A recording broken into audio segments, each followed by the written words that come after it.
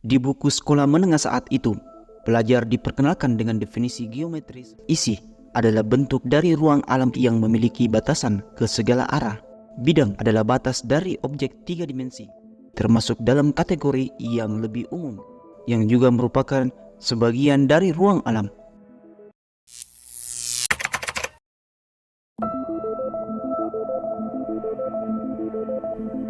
Baca lagi. Kawan-kawan membaca dimanapun Anda berada. Siapkan posisi nyaman, fokuskan pendengaran, mari baca teks dan suara. Karangan Tan Malaka. Bab ketiga, ilmu pengetahuan, bagian geometri.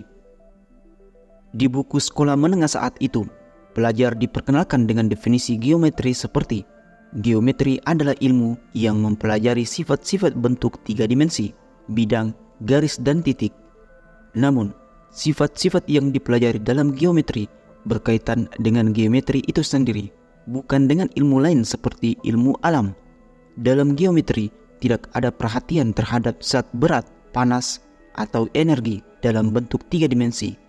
Dalam Madilog, ada juga definisi yang perlu kita pahami. Definisi-definisi ini penting untuk memahami konsep geometri secara mendalam. Seperti yang pertama, isi adalah bentuk dari ruang alam yang memiliki batasan ke segala arah. Kedua, bidang adalah batas dari objek 3 dimensi. Ketiga, garis adalah batas dari bidang. Keempat, titik adalah batas dari garis. Dengan memahami definisi-definisi tersebut, kita dapat memperoleh dasar yang kuat dalam mempelajari geometri. Mari kita periksa kembali definisi yang telah disebutkan dengan menggunakan pengetahuan yang dimiliki sebelumnya. Definisi menyatakan bahwa isi adalah sebagian dari ruang alam atau space. Artinya, isi termasuk dalam kategori yang lebih umum, yaitu sebagian ruang alam.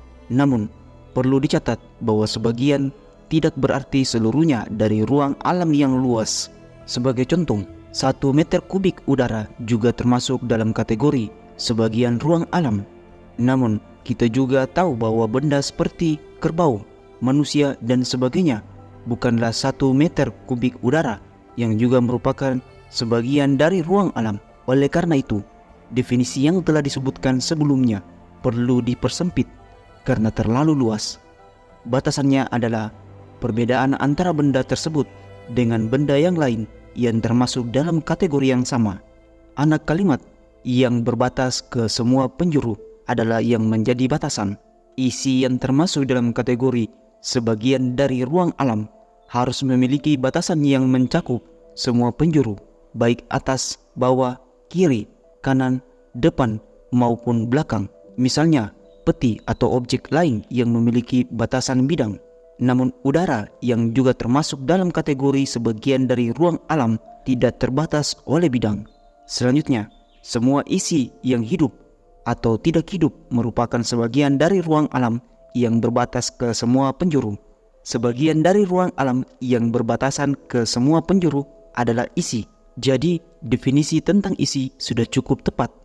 Kelompok dan perbedaan adalah atribut penting. Selain itu, definisi tersebut singkat, tidak berbelit-belit, umum, tidak mengandung perumpamaan, kata-kata gaib, dan tidak negatif. Secara singkat, definisi tersebut sempurna menurut ilmu pengetahuan. Selanjutnya, bidang adalah batas dari isi. Demikianlah definisi tentang bidang, garis, dan titik diberikan sebagai contoh dengan menggunakan pendekatan ilmiah sehingga menjadi ilmiah. Namun, akan terlalu panjang jika Tan Malaka harus memeriksa satu persatu definisi tersebut. Itu terserah pembaca untuk memeriksanya sendiri dan mengaplikasikan apa yang telah dipelajari.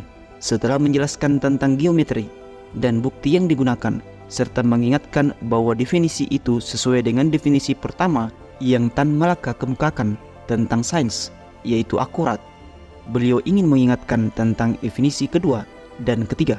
Sains adalah organisasi fakta, pengorganisasian segala bukti, dan penyederhanaan dengan generalisasi berdasarkan fakta.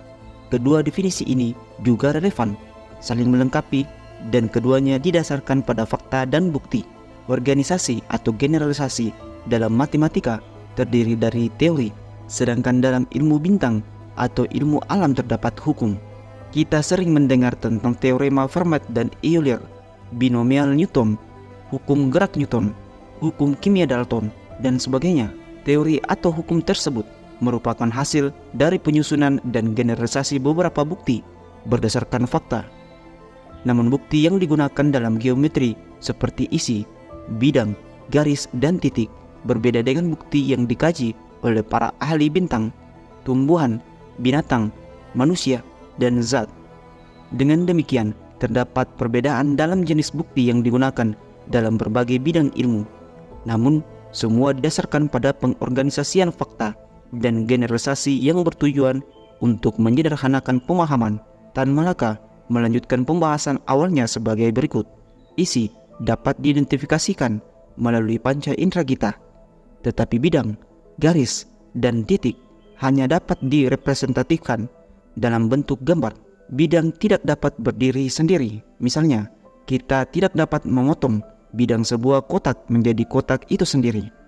Apapun ketebalannya, jika kita memotongnya, maka itu akan menjadi bidang dan mengambil sebagian dari ruang alam.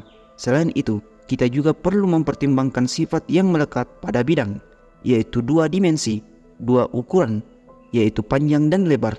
Sedangkan badan memiliki tiga dimensi, panjang, lebar, dan tinggi. Garis adalah batas dari bidang. Garis hanya memiliki satu dimensi, yaitu panjang. Oleh karena itu, garis tidak memiliki lebar. Seberapapun ujung pena kita yang tajam, garis yang kita gambar masih memiliki lebar. Kita tahu bahwa yang memiliki lebar dan panjang adalah bidang. Garis hanya memiliki satu bidang, yaitu panjang. Titik adalah batas dari garis. Satu titik berada di ujung, dan yang lainnya berada di pangkal garis. Sebuah titik tidak memiliki ukuran atau besaran, seberapapun halusnya ujung pensil kita.